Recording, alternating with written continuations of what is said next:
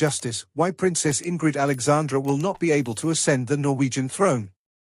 The royal palace in Oslo has issued a warning that nothing will ever be the same, even if the word abstention does not come out of the king's mouth. The press release details changes in His Majesty's future activities and states that from now on, the sovereign will fulfill his constitutional duties, attend audiences and meetings at the palace, and continue. There have been striking parallels between the British and Norwegian courts recently, with both experiencing the departure of a sitting monarch on sick leave while the shadow of the soft regency of their crown princes looms over the situation. His upcoming official travels to Norway have sparked discussions about the country's future, but it's certain that modifications will be made soon owing to his age. This signifies a permanent traduction in his schedule. Harald will not budge from his position, and he plans to emulate Elizabeth II instead of his cousin Margaret of Denmark. His January news conference promised to be forthright about his intentions. The public seems to be on his side, therefore I will not budge from my position. I took an oath in Parliament and that commitment is perpetual. The current Norwegian king has made an impressive 430 official visits despite his frequent hospitalizations. However, his health has been a growing concern, and his son Haakon has had to step in as regent on multiple occasions. As a result, the Crown Prince and his wife, Merit, have taken center stage, despite the fact that Merit has been ill for a long time as well. Coincidentally, on April 18, the days before King Harald returns to work dressed in ceremonial uniform, a new official portrait of the crowned couple was released by the court. In the portrait, the future king holds his wife resplendent in her hand, while Peter last year, in the ballroom of Oslo Palace, the majestic pic was taken. In Harald and Haakon's relationship, a third injured party has emerged, Princess Ingrid Alexandra. She is destined to become Queen of Norway, but her institutional role is uncertain. At the Council of State meeting on April 19, there was no king present, which was a first since 2007. This was because the monarch was sick, the crown prince was traveling to the United States, and the young princess, who is second in line to the throne, cannot yet serve as regent. Neither her grandfather nor father can replace them. As per the Norwegian constitution, only the direct heir to the throne can succeed the monarch if he is abroad or unable to fulfill his duties. This situation has prompted the Scandinavian media to demand a constitutional amendment. For instance, there have been proposals that the eldest son of the crown prince should be able to assume the role upon reaching majority.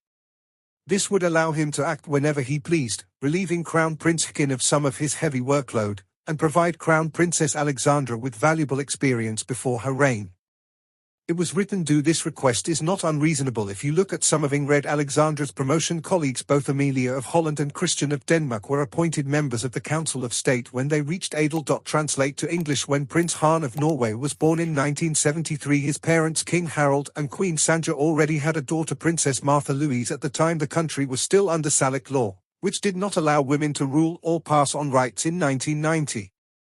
The Norwegian constitution was changed and the Salic law was abolished. A prominent journalist wrote at the time, as in Sweden, Holland and Belgium, not only has the archaeological rule been abolished, but from the moment the new law is promulgated, Swedish princes will inherit each other in the order of progeniture regardless of their sex. The Norwegians, however, acted far more wisely than their Swedish neighbors, as they respected the rights of the presumed Aeon, who would be succeeded only by Martha in case of loss of the throne or unforeseen circumstances.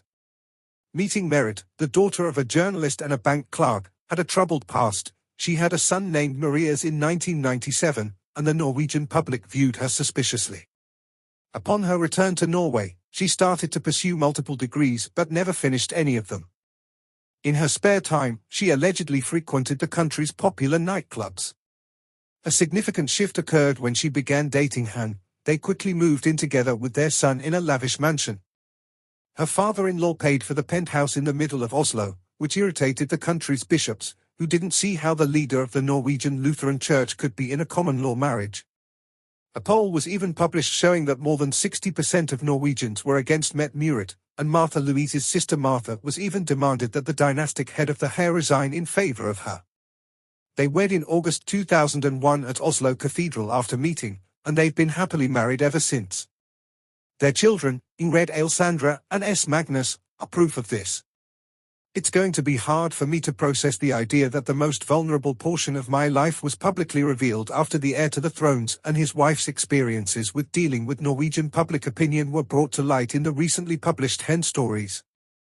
The fact that this transpired in Norway, where Mitz met Meta Merritt, a woman whose 2018 diagnosis of chronic lung disease has, according to her country's press, somewhat curtailed her institutional role, shocks me.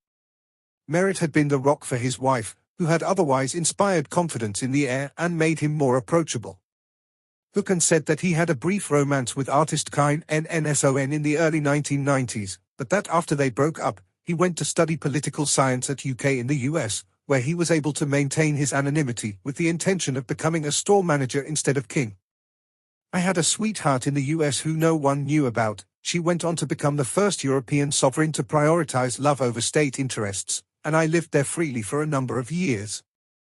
Last thoughts: the prevailing state of affairs inside the Norwegian monarchy, the future of monarchy and the royal family's place in contemporary society are complex issues that King Harald, despite his countless hospitalizations and worsening health, continues to face.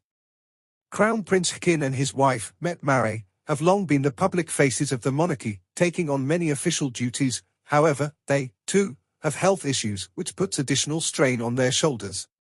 Health is loyal to his office and the oath of office he took in Parliament, but his age and health have necessitated a re-evaluation of his duties and role in the state.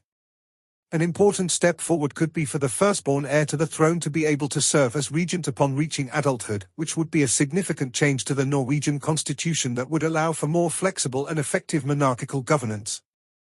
Alexandra's entrance into active public life could be a solution, but she cannot serve as regent until she reaches adulthood, according to current legal restrictions. Both physical stamina and institutional agility will be needed to overcome the obstacles that the Norwegian monarchy must overcome. The public still favors the royal family, but they will need to make changes and adjust to the new reality if they want to keep their support going strong.